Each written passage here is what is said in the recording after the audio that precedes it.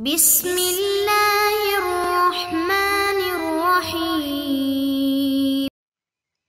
بسم الله الرحمن الرحیم الحمد لله رب العالمین والعاقبة للمتقین والصلاة والسلام على اشرف الخلق والمرسلین اما بعد. عزیز طلب، آج کتاب الہدایہ جو 40 کا سبق نمبر 40 ہے، اور اس سبق جنس رؤیت الوکیل او الرسول فی البیع کے متعلق ہوگا، اور کتاب کی عبارت ومن رأى صحن الدار سے لے کر رسولا فی البیع او فی الشراء تک ہوگی. آتے ہیں سبق کے متعلق اصول کی طرف. تو اصل نمبر 1، خیار رؤیت انما یثبت فی الاعیان دون الدیون کالسلم، کہ خیار رؤیت اعیان میں ثابت ہوتا ہے نہ کہ دیون میں، جیسا کہ سلم ہے. سلم میں مسلم فی چونکہ دین ہے، اس لیے سلم میں خیار رؤیت ثابت نہیں ہوگا. اصل نمبر 2، الخیار لمن اشترى ما لم یرہ لا لمن باع ما لم یرہ، کہ خیار مشتری کے لیے ان چیزوں میں حاصل ہے کہ جو بن دے کے خریدیں، اور اگر بائع کوئی چیز بن دے کے فروخت کرتا ہے تو ان چیزوں میں بائع کے لیے خیار نہیں ہے. الرؤیت المعتبرۃ ہی الرؤیت المعلمۃ للمقصود لا کل رؤیت، کہ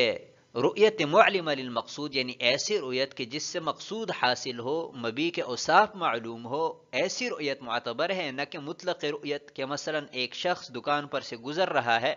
اور مبی پر نظر پڑ گئی اور اس دیکھنے کی وجہ سے اس مبی کا اوصاف معلوم نہ ہو، تو اس رؤیت کا اعتبار نہیں ہے اور اس کی وجہ سے مشتری کا خیار ساقط نہیں ہوگا. رؤیت الوکیل بالقبض کرؤیت المشتری بخلاف الرسول، کہ مشتری نے اگر کسی کو وکیل بالقبض بنایا ہے تو اس وکیل کی رؤیت یہ مشتری کی رؤیت ہے، یعنی وکیل کے دیکھنے کی وجہ سے مشتری کی رؤیت کا جو خیار ہے وہ ساقط ہو جائے گا، برخلاف رسول کے کہ اس کے دیکھنے کی وجہ سے مشتری کا خیار ساقط نہیں ہوگا. رؤیت النموذج فی المکیلات والموزونات والمعدودات المتقاربة تعتبر کرؤیت الکل، مکیلات، موزونات اور معدودات متقاربہ میں نمونہ دیکھنا یہ کل کے دیکھنے کی طرح ہے، یعنی اگر نمونہ دیکھا گیا تو کل میں خیار ساقط ہو جائے گا. اصل نمبر 6، کل ما یبطل خیار شرط من تعیب او تصرف یبطل خیار رؤیت، کہ ہر وہ چیز جس سے خیار شرط باطل ہو، جیسے کہ مبی کا عیبدار بننا یا مبی میں تصرف کرنا، ان تمام چیزوں سے خیار رؤیت بھی باطل ہوگا. اصل نمبر 7، خیار الشرط یمنع الحکم وخیار الرؤیت یمنع اللزوم وخیار العیب یوجب الخیار بعد اللزوم، کہ خیار شرط یہ مانع عن الحکم ہے اور خیار رؤیت یہ مانع عن لزوم العقد ہے، اور خیار عیب یہ مانع موجب للخیار بعد لزوم العقد ہے، یعنی عقد کے لازم ہونے کے بعد مشتری کے لیے عیب کی بنا پر واپس کرنے کا خیار حاصل ہوتا ہے. اصل نمبر 8، خیار العیب اور رؤیت یثبتان شرعا لا شرطا، کہ خیار عیب اور خیار رؤیت یہ شرعاً دونوں ثابت ہے، الگ سے شرط لگانے کی ضرورت نہیں پڑتی، برخلاف خیار شرط کے کہ خیار شرط یہ شرعاً ثابت نہیں ہوتا. شرعاً ثابت ہونے کا مطلب یہ نہیں ہے کہ شریعت میں اس کا ثبوت نہیں ہے، بلکہ شرعاً ثابت ہونے کا مطلب یہ ہے کہ خود بخود ثابت نہیں ہوگا بلکہ الگ سے شرط لگانی پڑے گی. اصل نمبر 9،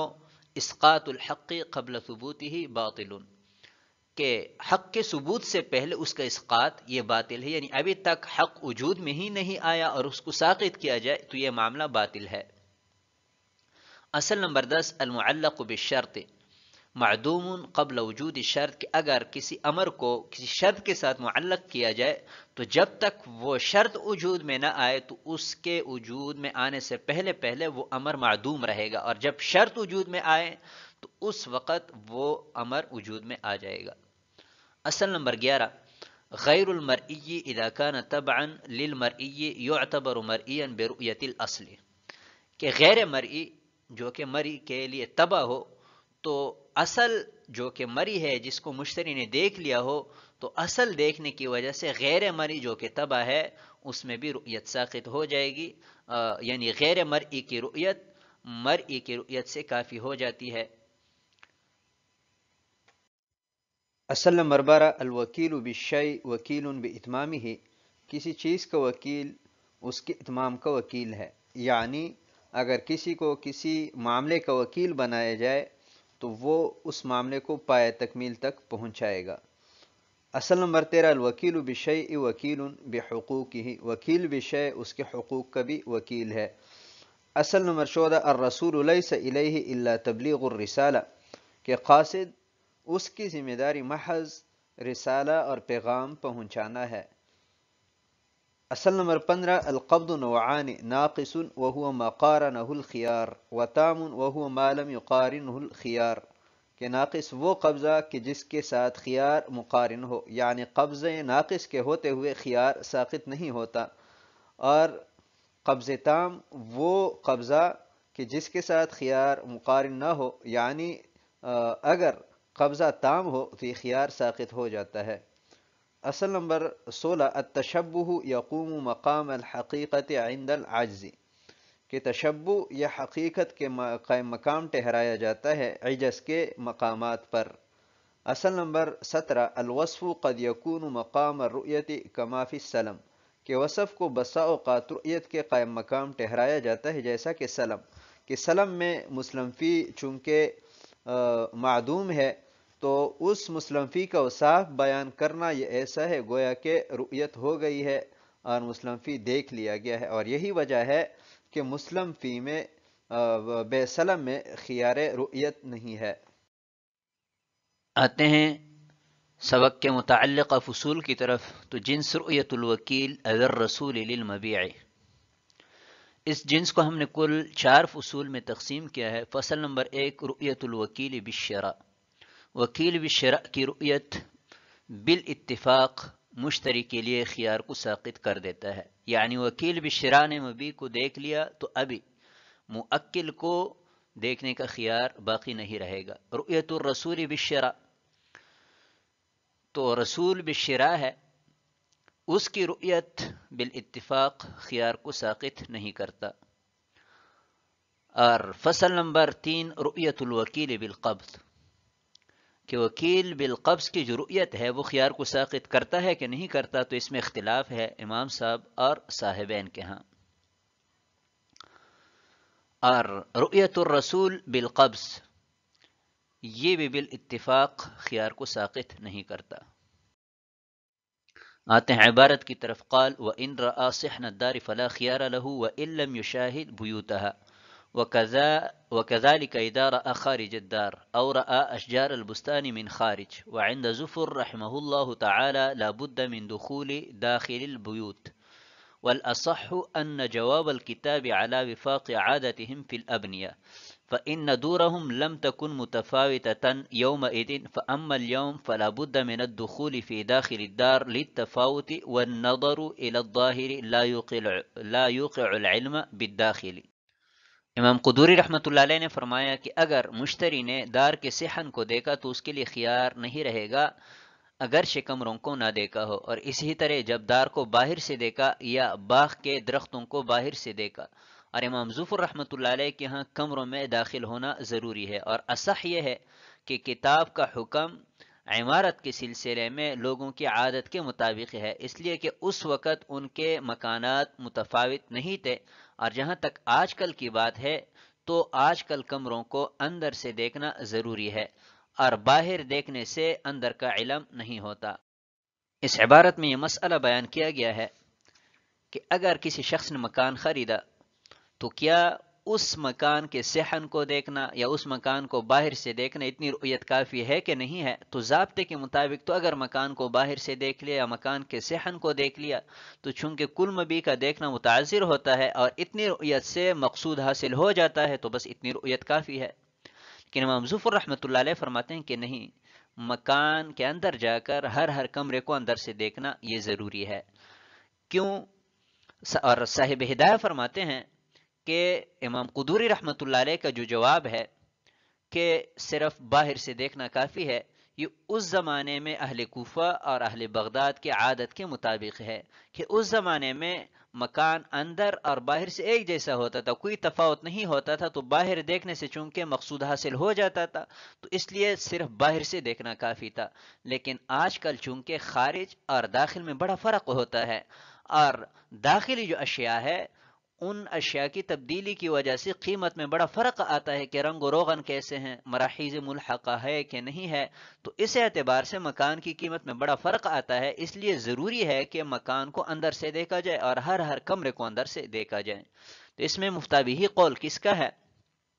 تو صاحب ہدایہ کے اسلوب کے مطابق بھی امام ظفر رحمۃ اللہ علیہ کا قول مفتابی ہی ہے، اور ایک کتاب رسالہ سا ہے القول الازہر فیما یفتى فیہ بقول الامام ظفر رحمہ اللہ تعالی ابراہیم بن حسین بن بیری زادہ، انہوں نے یہ رسالہ تالیف فرمایا ہے۔ انہوں نے بھی اس کتاب کے صفحہ نمبر 38 پر یہ ذکر فرمایا ہے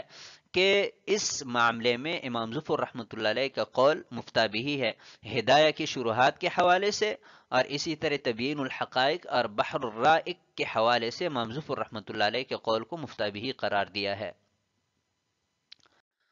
آتے ہیں اگلی عبارت کی طرف، قال وَنَظَرُ الْوَكِيلِ كَنَظَرِ الْمُشْتَرِ حَتَّى لَا يَرُدُّهُ إِلَّا مِنْ عَيْبٍ وَلَا يَكُونُ نَظَرُ الرَّسُولِ كَنَظَرِهِ وَهَذَا عِنْدَ أَبِي حَنِيفَةَ رحمه الله تعالى وقال هما سواء وله أن يرده. قال العبد الضعيف عصمه الله معناه الوكيل بالقبض، فأما الوكيل بالشراء فرؤيته تسقط الخيار بالإجماع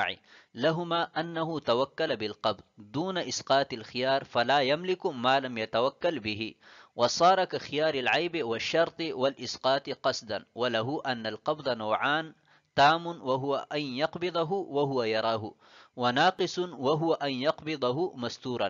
وهذا لأن تمامه بتمام الصفقة ولا تتم مع بقاء خيار الرؤية، والمؤكل ملكه بنوعيه فكذا الوكيل، ومتى قبض الموكل وهو يراه سقط الخيار فكذا الوكيل لإطلاق التوكيل۔ امام محمد رحمۃ اللہ علیہ نے جامع الصغیر میں فرمایا کہ وکیل کا دیکھنا مشتری کے دیکھنے کی طرح ہے، یہاں تک کہ واپس نہیں کرے گا مبیع کو مگر عیب کی وجہ سے، اور قاصد کا دیکھنا یہ مشتری کی دیکھنے کی طرح نہیں ہے، اور یہ امام صاحب کا مذہب ہے۔ اور صاحبین فرماتے ہیں کہ وکیل اور قاصد دونوں برابر ہے اور مشتری کو واپس کرنے کا حق ہے۔ عبد ضعیف یعنی صاحب ہدایہ فرماتے ہیں کہ وکیل سے مراد وکیل بالقبض ہے، اور جہاں تک وکیل بالشراء کی بات ہے تو اس کی رؤیت بالاجماع خیار کو ساقط کرتا ہے، اور صاحب کی دلیل یہ ہے کہ وکیل قبضے کا وکیل بنا ہے نہ کہ خیار کو ساقط کرنے کا، لہٰذا جس چیز کا وکیل نہیں ہے تو اس کو ساقط کرنے کا مالک نہیں ہوگا، اور یہ خیار عیب، خیار شرط اور قصداً قاصد کرنے کی مانند ہوا۔ اور امام صاحب کی دلیل یہ ہے کہ قبضہ کی دو قسمیں ہیں، تام، اور وہ یہ ہے کہ مبیع کو دیکھتے ہوئے اس پر قبضہ کیا جائے، اور ناقص، اور وہ یہ ہیں کہ مبیع نظروں سے اوجھل ہو، اس حال میں اس پر قبضہ کیا جائے، اور یہ اس لیے کہ قبضے کا تام ہونا صفقہ کے تام ہونے پر بنا ہے، اور صفقہ خیار رؤیت کے باقی رہتے ہوئے تام نہیں ہو سکتا، اور موکل ان دونوں قسموں کا مالک ہے، تو اسی طرح وکیل بھی۔ اور جب موکل قبضہ کرے گا اس حال میں کہ وہ مبیع کو دیکھ رہا ہے تو اس سے خیار ساقط ہو جاتا ہے، تو اسی طرح وکیل بھی، کیونکہ توکیل مطلقاً ہے۔ اس عبارت میں ذکر کردہ مسئلے کی 4 صورتیں ہو سکتی ہیں، جیسا کہ ہم فصول میں بیان کر چکے کہ ایک وکیل بالشراء ہے، تو وکیل بالشراء کی رؤیت کی وجہ سے بالاتفاق موکل کا خیار ساقط ہو جائے گا، اور رسول بالقبض یا رسول بالشراء کی رؤیت کی وجہ سے بالاتفاق موکل کا خیار ساقط نہیں ہوگا، اور وکیل بالقبض کی رؤیت کی وجہ سے موکل کا خیار ساقط ہوگا کہ نہیں ہوگا، اس میں اختلاف ہے۔ صاحبین کے ہاں موکل کا خیار ساقط نہیں ہوگا، جبکہ امام صاحب کے ہاں خیار ساقط ہو جائے گا۔ صاحبین کی دلیل یہ ہے کہ موکل کی طرف سے وہ صرف قبضے کا وکیل بنایا گیا ہے، نہ کہ اسقاط کا، لہٰذا جس چیز کا وہ وکیل نہیں بنایا گیا تو اس میں اس کو تصرف کا حق بھی نہیں ہوگا، لہٰذا صرف اور صرف یہ قبضہ کرے گا۔ اور خیار رؤیت کو قیاس کیا ہے خیار عیب پر، کہ جیسا کہ خیار عیب کی صورت میں وکیل بالقبض جب مبیع پر قبضہ کرتا ہے، اس وقت وہ مبیع میں اگر کوئی عیب دیکھتا ہے تو اس کے دیکھنے کی وجہ سے موکل کا خیار عیب ساقط نہیں ہوتا، تو اسی طرح خیار رؤیت بھی ساقط نہیں ہوگا۔ یا خیار شرط کہ وکیل بالقبض مبیع پر قبضہ کر رہا ہے، تو قبضہ کرنے کی وجہ سے جیسے موکل قبضہ کرنے کی وجہ سے موکل کا خیار ساقط نہیں ہوتا، تو اسی طرح خیار رؤیت بھی ساقط نہیں ہوگا۔ اور اسی طرح اگر وکیل بالقبض قصداً موکل کی خیار کو ساقط کرے تو اس صورت میں موکل کا خیار ساقط نہیں ہوتا، تو اسی طرح خیار رؤیت بھی ساقط نہیں ہوگا۔ اور امام صاحب کی دلیل یہ ہے کہ قبضہ جو ہے اس کی دو قسمیں ہیں، ایک تام اور ایک ناقص۔ قبضہ تام یہ ہے کہ مبی پر اس حال میں قبضہ کیا جائے کہ وہ نظروں کے سامنے ہو اور قابض دیکھ رہا ہو، اور ایک ہے قبضہ ناقص کہ مبی پر اس حال میں قبضہ کیا جائے کہ وہ نظروں سے اوجھل ہو۔ اور یہ تقسیم کس بنا پر ہے؟ یہ صفقہ کے تمام ہونے کی بنا پر ہے کہ صفقہ اگر تام ہے تو قبضہ بھی تام تصور ہوگا، اور اگر صفقہ ناقص ہے تو قبضہ بھی ناقص ہوتا ہے۔ اور خیار رؤیت کے ہوتے ہوئے صفقہ تام نہیں ہوتا، عقد تام نہیں ہوتا، جیسا کہ ہم اصول میں بیان کر چکے ہیں۔ تو جب صفقہ تام نہیں ہے تو قبضہ بھی تام نہیں ہوگا، تو اس بنا پر قبضہ کی دو قسمیں ہوئی، ایک تام اور ایک ناقص، اور ان دونوں قبضوں کا مالک جو ہے وہ موکل ہے، یعنی وہ قبضہ تام بھی کر سکتا ہے اور قبضہ ناقص بھی کر سکتا ہے۔ تو جیسے موکل قبضہ تام اور قبضہ ناقص دونوں کا مالک ہے، تو یہاں پر توکیل چونکہ مطلق ہے، لہذا اس صورت میں بھی وکیل جو ہے وہ بھی قبضہ تام اور قبضہ ناقص دونوں کا مالک ہوگا۔ آتے ہیں اگلی عبارت کی طرف۔ وَإِذَا قَبَضَهُ مَسْتُورًا انتهى التوكيل بالناقص منه فلا يملك إسقاطه قصدا بعد ذلك بخلاف خيار العيب لأنه لا يمنع تمام الصفقة فيتم القبض مع بقائه وخيار الشرط على هذا الخلاف ولو سلم فالمؤكل لا يملك التام منه فإنه لا يسقط بقبضه لأن الاختبار وهو المقصود بالخيار يكون بعده فكذا لا يملكه وكيله وبخلاف الرسول لأنه لا يملك شيئا وإنما إليه تبلیغ الرسالة ولهذا لا يملك القبض والتسليم إذا كان رسولا في البيع أو في الشراء۔ اور جب وکیل مبی پر اس حال میں قبضہ کریں کہ وہ اس کی نظروں سے اوجھل ہو تو اس ناقص قبضے کی وجہ سے اس کی توکیل پوری ہو گئی، لہذا اس کے بعد وہ قصداً اسقاط کا مالک نہیں ہوگا، برخلاف خیار عیب کے کہ وہ صفقہ کے تمام ہونے سے مانع نہیں ہے، لہذا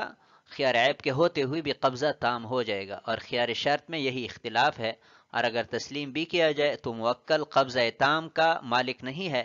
اس لیے کہ اس کے قبضہ کی وجہ سے ساقط نہیں ہوتا، کیونکہ